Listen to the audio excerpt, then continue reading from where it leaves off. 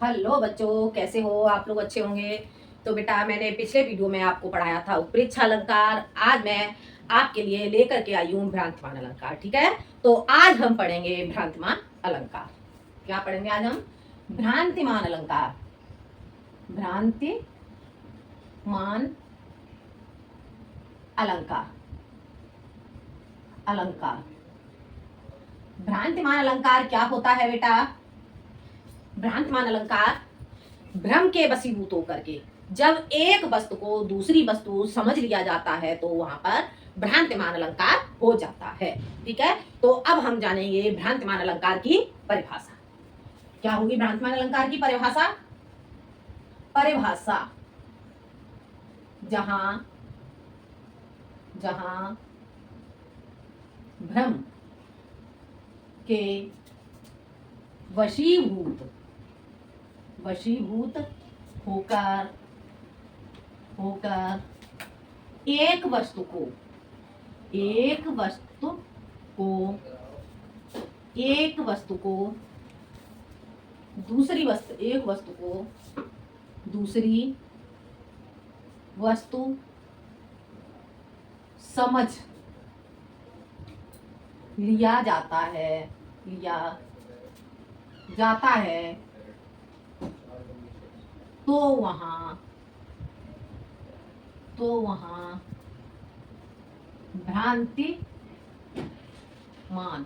वहां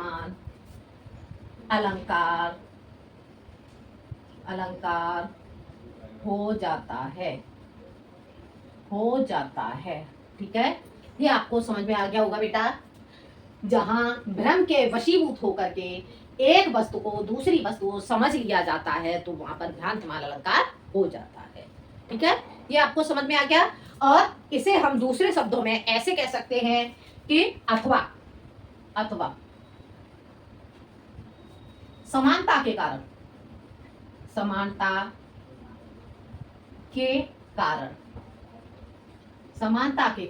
जब एक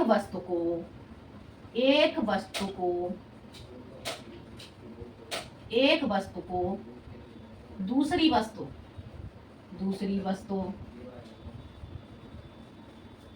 समझ लिया जाता है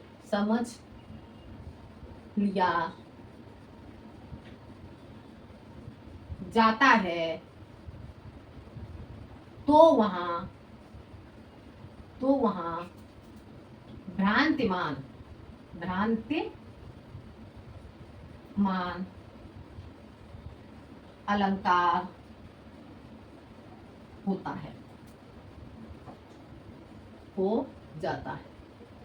ठीक है, एक ही बात है बेटा दोनों में।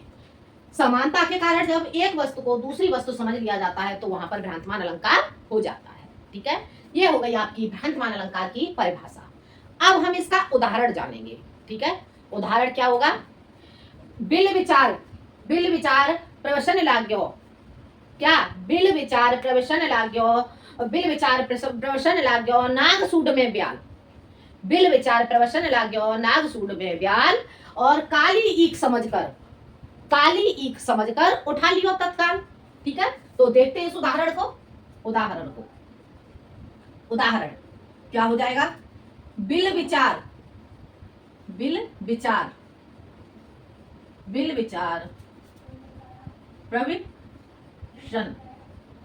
प्रवचन लाग्यो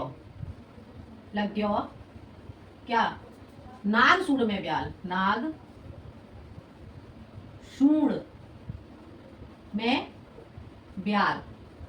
ठीक है, बिल विचार प्रवचन लाग्यो नाग सूड में ब्याल और आगे क्या है? काली ईख समझकर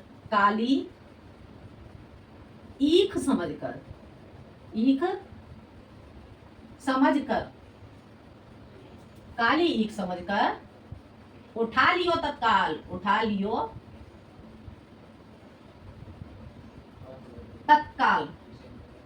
तत्काल। ठीक है, ये हो गया आपका उदाहरण। ठीक है, काली ईख समझकर उठा लियो तत्काल। ठीक है, अब देखते हैं इसे एक बार समझ लो। बिल विचार प्रवेशन लाग्यो।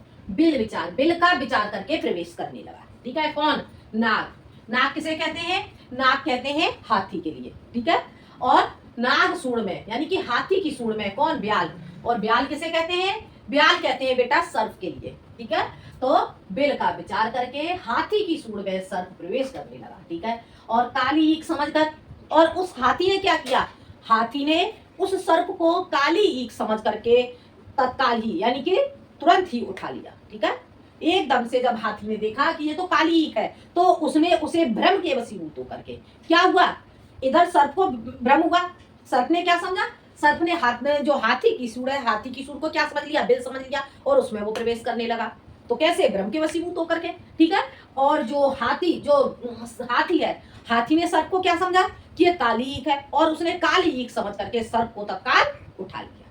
ठीक है, तो यहाँ पे दोनों तरफ से भ्रम हो जाता है, दोनों तरफ से यहाँ पर भ्रम उत्पन्न हो जाता है। जो हाथी है, हाथी को भी भ्रम उत्पन्न होता है, और जो सर्प है, सर्प को भी भ्रम उत्पन्न होता है। तो यहाँ पर कौन सा अलंकार हो जाता है, भ्रांतिमान अलंकार हो जाता है। ठीक है, अब इसका स्पष्टीकरण क्या लिखेंगे, देखते हैं। स्पष्टीकरण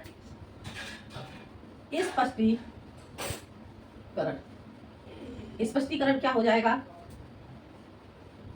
प्रस्तुत समझ आ रहा है बेटा, प्रस्तुत उदाहरण में बिल का विचार करके, बिल को समझकर सर्प यानी कि सर्प, यहां कोष्टक में लिख दे रही हूं, सर्प किसे कहा गया है, सर्प, ब्याल। ठीक है, सर्प, नाग, सर्प, हाथी, और हाथी किसे कहा जाता है, नाग को। ठीक है, तो सर्प हाथी की सूंड में प्रवेश करने लगता है, सूंड में भ्रम के कारण प्रवेश करने लगता है। प्रस्तुत उदाहरण में बिल को समझकर सर्प हाथी की सूंड में भ्रम के कारण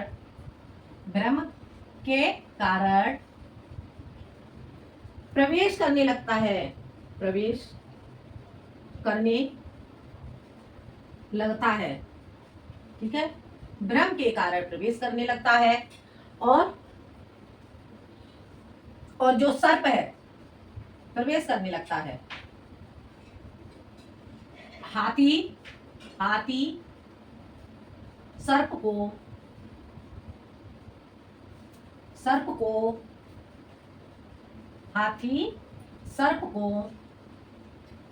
काली ईख समझकर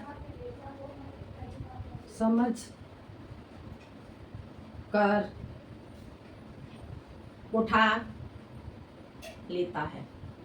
ठीक है, समझकर उठा लेता है। अतः दोनों में भ्रम होने के कारण यहाँ भ्रांतिमान अलंकार हो जाता है। ठीक है बेटा, ये आपको समझ में आ गया होगा। एक बार और देख लो, एक बार इसका रिवीजन कर लो। जहां भ्रम के वशीभूत होकर एक वस्तु को दूसरी वस्तु समझ लिया जाता है, तो वहां भ्रांतिमान अलंकार हो जाता है। या फिर ऐसे कह सकते हैं, समानता के कारण जब एक वस्तु को दूसरी वस्तु समझ लिया जाता है, तो हम उसे भी भ्रांतिमान अलंकार कहते हैं। उदाहरण देखो इसका, बिल विचार प्रवेश लग गयो नाग सूंड में ब्याल। ठीक है, लाग्यो बोलेंगे, लाग्यो नाग सूंड में ब्याल, काली ईख समझकर उठा लियो तत्काल। ठीक है, स्पष्टीकरण प्रस्तुत उदाहरण में बिल को समझकर, प्रस्तुत उदाहरण में हाथी की सूंड को, हाथी की ऐसे लिखो, हाथी की सूंड को। ठीक है, प्रस्तुत उदाहरण में हाथी की सूंड को बिल समझकर सर्प हाथी की सूंड में भ्रम के कारण प्रवेश करने लगता है। हाथी सर्प को काली ईख समझकर उठा लेता है। अतः दोनों में भ्रम होने के कारण यहाँ पर भ्रांतिमान अलंकार हो जाता है। ठीक है बेटा, ये आपको समझ में आ गया होगा। तो ये था बेटा आपका भ्रांतिमान अलंकार। ठीक है, तो अब हम आगे पढ़ेंगे कौन सा अलंकार। अब हम आगे जानेंगे संदेह अलंकार। ठीक है, कौन सा अलंकार पढ़ेंगे आगे हम। अब हम इसके बाद आगे पढ़ेंगे संदेह अलंकार। इतना बेटा आपको समझ में आ गया होगा। अब हम जानेंगे संदेह अलंकार।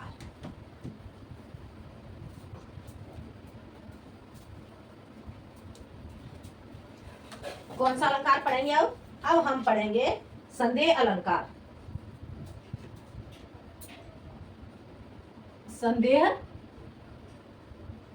अलंकार, ठीक है, संदेह अलंकार जानेंगे बेटा। अब हम देखते हैं आगे हम जानेंगे संदेह अलंकार। बेटा हम जानेंगे संदेह अलंकार की परिभाषा। ठीक है, संदेह अलंकार की परिभाषा क्या होती है। जहां किसी व्यक्ति के संबंध में एक या अनेक होने का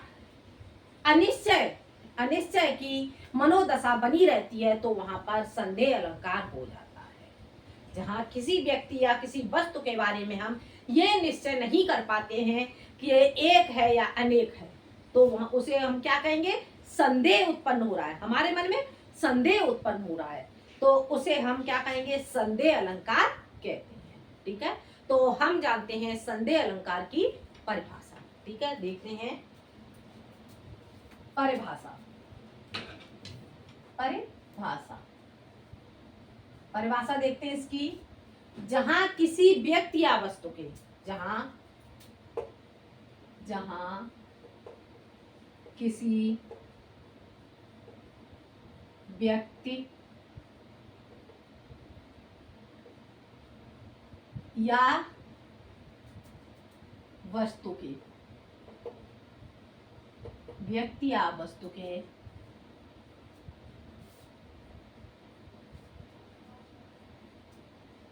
व्यक्ति या वस्तु के संबंध में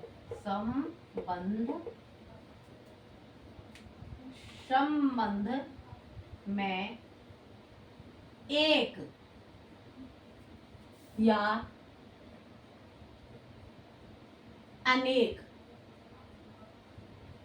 या अनेक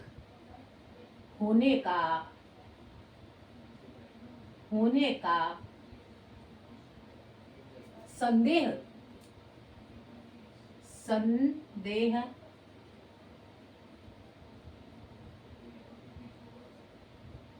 संदेह हो जाता है। एक या अनेक होने का संदेह उत्पन्न होता है, होने का संदेह उत्पन्न हो जाता है। ठीक है, और समानता के कारण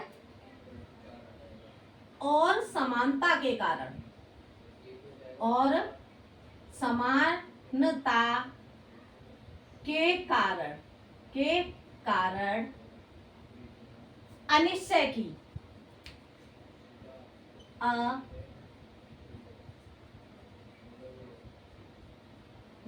अनिश्चय की मनोदशा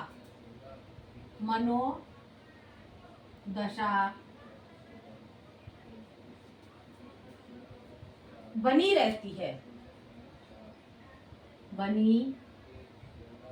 रहती है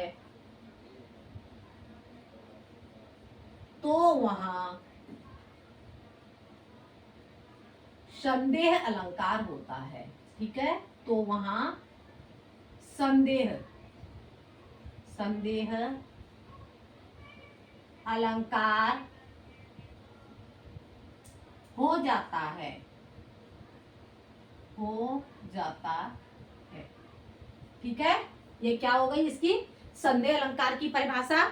समझ लो एक बार, जहां किसी व्यक्ति या वस्तु के संबंध में एक या अनेक होने का संदेह उत्पन्न होता है। हम किसी वस्तु को देखते हैं और उस वस्तु को देखने के बाद हमारे मन में यह संदेह उत्पन्न हो जाता है कि ये वस्तु या व्यक्ति एक है या अनेक है। ठीक है, तो और समानता के कारण, और उनकी समानता भी ऐसी होती है, समानता के कारण अनिश्चय की मनोदशा, अनिश्चय की, हम निश्चय नहीं कर पाते हैं। ठीक है, तो ऐसी मनोदशा हमारे अंदर बनी रहती है, तो उसे हम क्या कहेंगे, उसे हम संदेह अलंकार कहते हैं। ठीक है, तो अब हम जानेंगे इसका उदाहरण। उदाहरण, उदाहरण क्या हो गया इसका, यह काया है शेष उसी की छाया। यह काया है शेष उसी की छाया, यह किसके बारे में कहा गया है, ये लक्ष्मण कहते हैं उर्मिला के बारे में। ठीक है, क्या कहते हैं, यह काया है, काया है शेष उसी की छाया। यह काया है शेष उसी की छाया, छाया। ठीक है, यह काया है शेष उसी की छाया, क्षणभर उनकी, क्षणभर, क्षणभर के लिए, क्षणभर, क्षणभर उनकी, उनकी कुछ, कुछ नहीं समझ में आया।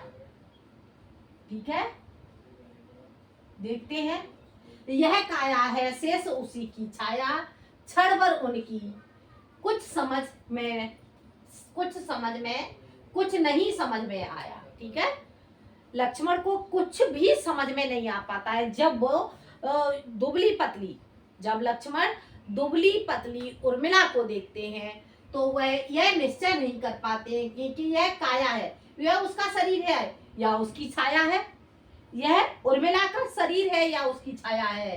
क्षण भर उनकी, एक क्षण के लिए उनकी समझ में, यानी कि लक्ष्मण की समझ में कुछ भी नहीं आ पाता। ठीक है, तो इसका स्पष्टीकरण देखते हैं। स्पष्टीकरण कैसे करेंगे इसका, स्पष्टीकरण,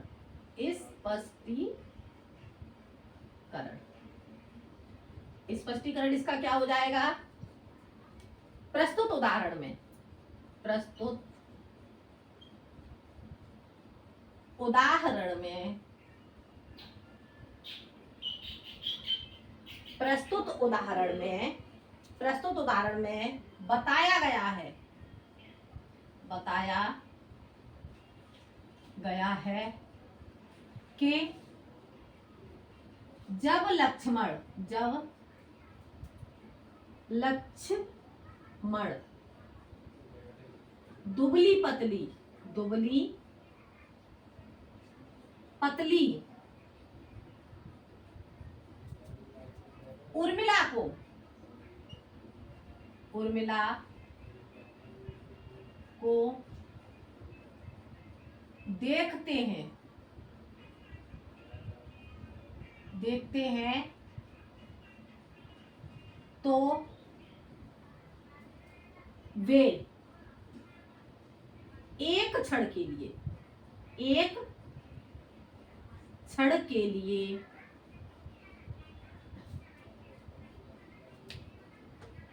क्षण के लिए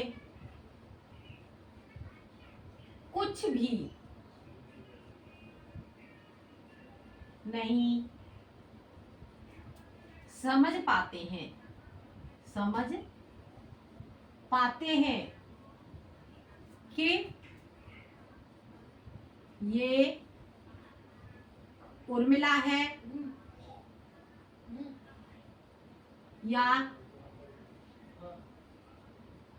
उनकी छाया, उनकी छाया। ठीक है, तो इससे क्या होता है, जो लक्ष्मण है, लक्ष्मण के अंदर संदेह उत्पन्न हो जाता है। छाया, आता है, आता है लक्ष्मण, लक्ष्मण के मन में संदेह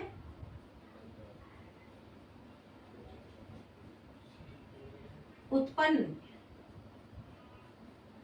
हो जाता है, संदेह उत्पन्न हो जाता है।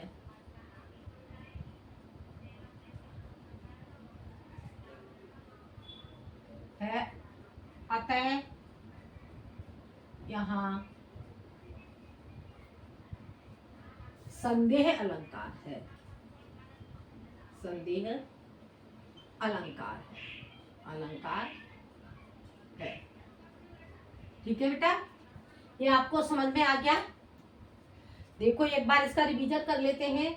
जहां किसी व्यक्ति या वस्तु के संबंध में एक या अनेक होने का संदेह उत्पन्न हो जाता है और समानता के कारण अनिश्चय की मनोदशा बनी रहती है, तो वहां संदेह अलंकार हो जाता है। ठीक है, उदाहरण, यह काया है शेष उसी की छाया, क्षण भर उनकी कुछ नहीं समझ में आया। प्रस्तुत उदाहरण में बताया गया है कि जब लक्ष्मण दुबली पतली उर्मिला को देखते हैं तो वे एक क्षण के लिए कुछ भी नहीं समझ पाते कि ये उर्मिला है या उनकी छाया। अतः लक्ष्मण के मन में संदेह उत्पन्न हो जाता है। अतः यहाँ पर संदेह अलंकार है। हो गया क्लियर? समझ में आ गया? तो ये था आपका संदेह अलंकार। बेटा इसका एक उदाहरण और मैं बता दूं, देख लो। एक उदाहरण और देख लो इसका, अगर आपको ये उदाहरण टफ लग रहा हो।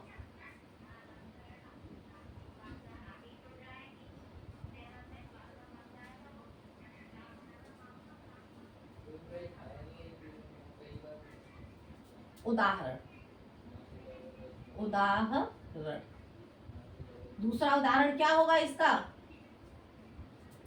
सारी बीच, सारी, सारी बीच नारी है, सारी बीच नारी है, नारी है कि नारी बीच सारी है, नारी बीच, नारी बीच सारी है,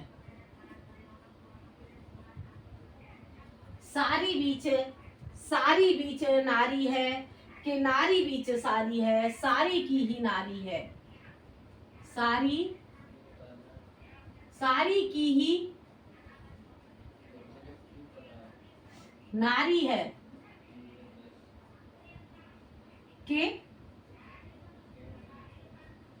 नारी की ही सारी है कि नारी की ही, नारी ही, नारी की ही के नारी की ही सारी है, नारी की ही सारी है। ठीक है, ये भी आपका एक उदाहरण है। सारी बीच नारी है कि नारी बीच सारी है, सारी की ही नारी है कि नारी बीच की ही सारी है। ये उदाहरण कब का है? ये महाभारत के समय जब द्रौपदी का चीरहरण होता है, उस समय जो दुशासन है, दुशासन जब द्रौपदी को भरी सभा में लेकर के आता है और वहां पर उसका चीरहरण किया जाता है, तो उस समय जो बढ़ता हुआ, जो द्रौपदी का जो बढ़ता हुआ चीर है, उसे देख करके दुशासन के मन में संदेह उत्पन्न हो जाता है कि ये सारी बीच नारी है, साड़ी के बीच में ये नारी है या नारी के बीच में ये साड़ी है। उसे संदेह उत्पन्न हो जाता है कि साड़ी के बीच में ये नारी है या फिर नारी के बीच में ये साड़ी है, या फिर साड़ी की ही नारी है, या ये साड़ी की बनी हुई नारी है, या फिर साड़ी की ही नारी है कि नारी की ही साड़ी है, या फिर ये नारी की साड़ी है। ठीक है, तो देखते हैं इसका स्पष्टीकरण कैसे लिखेंगे। स्पष्टीकरण, स्पष्टीकरण, स्पष्टीकरण में लिखेंगे प्रस्तुत उदाहरण में, प्रस्तुत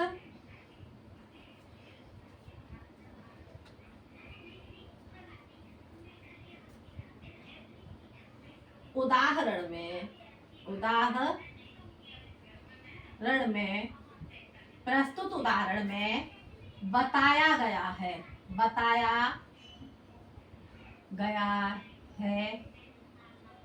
कि महाभारत काल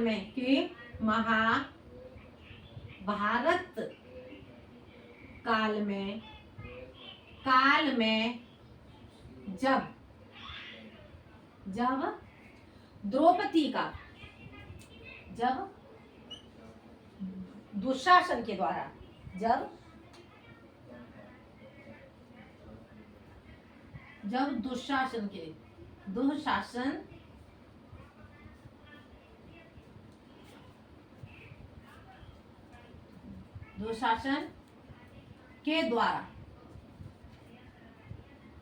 दुशासन के द्वारा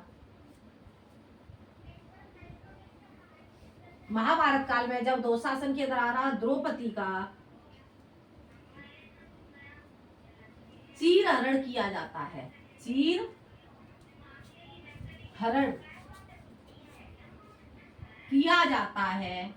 किया जाता है तो उसके मन में संदेह उत्पन्न हो जाता है कि क्या संदेह उत्पन्न हो जाता है कि यह स्त्री, यह नारी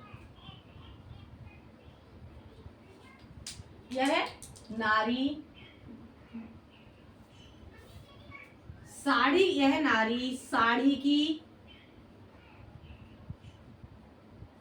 बनी हुई है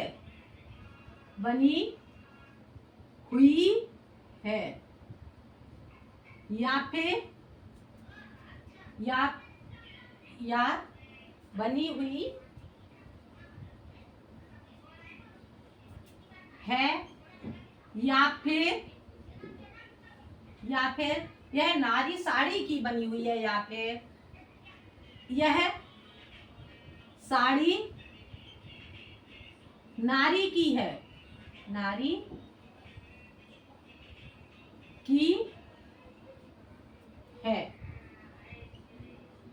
अतः यहाँ पर संदेह अलंकार हो जाता है। ठीक है, ये समझ में आ गया बेटा। देखते हैं, जहां किसी व्यक्ति या वस्तु के संबंध में एक या अनेक होने का संदेह उत्पन्न हो जाता है और समानता के कारण अनिश्चय की मनोभावना बनी रहती है, वहां संदेह अलंकार होता है। इसी तरह से देखोगे, इस उदाहरण में मैंने आपको बताया, जो दुशासन है, दुशासन के मन में यह संभावना, यह संदेह बना रहता है कि ये नारी जो ये द्रौपदी है, ये साड़ी की बनी हुई है या फिर साड़ी द्रौपदी यानी कि नारी की बनी हुई है। ठीक है, तो इस तरह से यहाँ पर ये आपका संदेह अलंकार हो जाता है। संदेह, इस तरह से आज मैंने आपको पढ़ाया भ्रांतिमान अलंकार और संदेह अलंकार। ठीक है बेटा, तो आपको दोनों समझ में आ गए होंगे। उसी तरह से जैसे इसी तरह से जो भ्रांतिमान अलंकार है, भ्रांतिमान अलंकार में भी जैसे कि मानो आप कहीं से रास्ते से गुजर रहे हो या रात्रि में आपके सामने कोई रस्सी डाल दी जाती है, ठीक है, और उसे देख करके आपके अंदर जो भ्रम उत्पन्न हो जाता है कि ये सर्प है, ठीक है, आप उसे सर्प समझ लेते हो, ये भ्रम उत्पन्न हो जाता है, तो वहां पर आपका भ्रांतिमान अलंकार हो जाता है। ठीक है, तो इस तरह से आज मैंने आपको भ्रांतिमान अलंकार और संदेह अलंकार समझाए। तो बेटा मुझे लग रहा है आपको ये समझ में आ गए होंगे। अगर आपको कोई प्रॉब्लम हो तो आप मुझे कमेंट में जरूर बताएं। आज के लिए इतना ही। अगले वीडियो में मैं आपको पढ़ाऊंगी अनन्वय अलंकार। ठीक है, तो आज के लिए इतना ही। धन्यवाद।